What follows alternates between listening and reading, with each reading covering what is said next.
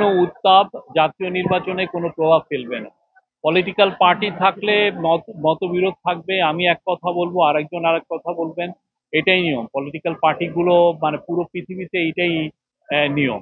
তো এই জায়গায় যেটা হচ্ছে যে এই বিষয়ে আমাদের উপদেষ্টা পরিষদ এবং ক্যাবিনেট, আমাদের চিফ উপদেষ্টা, প্রধান উপদেষ্টা, ওনারা এটার ব্যাপারে ডিসিশন নেবেন।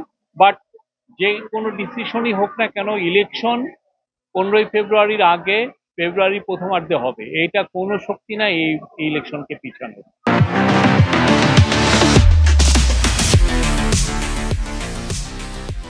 এইখানে আমরা প্রতিজ্ঞাবদ্ধ এবং ইলেকশন ঠিক সঠিক সময় হয়ে যাবে।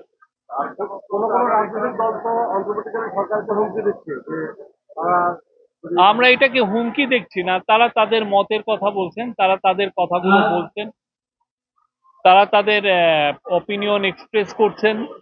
আমরা তাদের অপিনিয়ন গুলো শুনছি।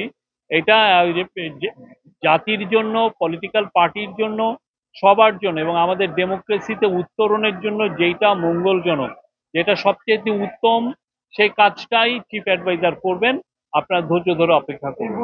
কেউ অস্থির হওয়ার কিছু নাই, কোনো অস্থিরতার কিছু নেই। আমরা অনেক অনেক বড় বড় কাজ এই ইন্টারিম গভর্নমেন্ট করে এসছে। তারা জুলাই ডিক্লারেশন দিয়েছে, জুলাই সনদ সাইনিং হয়েছে।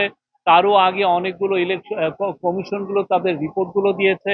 ইকোনমিকে পুনরুদ্ধার করা গেছে এবং দেশের যে ট্রায়ালের কাজগুলো হচ্ছে, আপনি জানেন 13 তারিখে সম্ভবত কোর্ট জানাবে শেখ হাসিনার যে ট্রায়াল হচ্ছে সেটার বিচারের দিন জানাবে। অন্যান্য যতগুলো ইস্যু আছে সবগুলো ইস্যুই কিন্তু হচ্ছে। আর ইলেকশনের প্রিপারেশনই ফুল দমে চলছে। কম মানে আসতে বললে ভুল হবে, খুবই ভালো গতিতে ফুল দমে চলছে ইলেকশনের কাজ।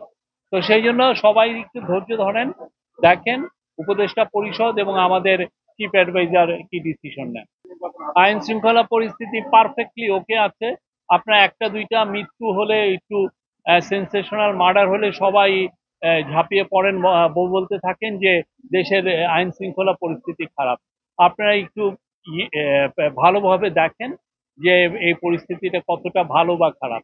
আমরা প্রতি মাসে আইন শৃঙ্খলা পরিস্থিতির যে ক্রাইমের যে স্ট্যাটিস্টিক্স সবাইকে দিচ্ছি। সবাই আপনারা জাজ করে, নিজেরা জাজ করে আপনারা এটার ব্যাপারে আপনারা একটা ডিসিশন দেন।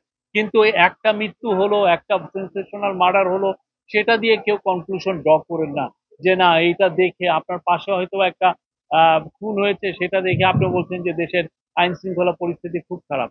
আমরা মনে করি দেশের আইন শৃঙ্খলা পরিস্থিতি স্টেবল আছে, পুলিশ খুব ভালোভাবে কাজ করছে, অন্যান্য আইন শৃঙ্খলা বাহিনীও খুব ভালোভাবে করছে। এবং পুলিশ গতকাল না পরশুদিন একটা স্ট্যাটিস্টিক্স দিল যে ইভেন পলিটিক্যাল যে ভায়োলেন্স যেটা হচ্ছিল সেইটাও কিন্তু অক্টোবর মাসে যথেষ্ট কম আছে।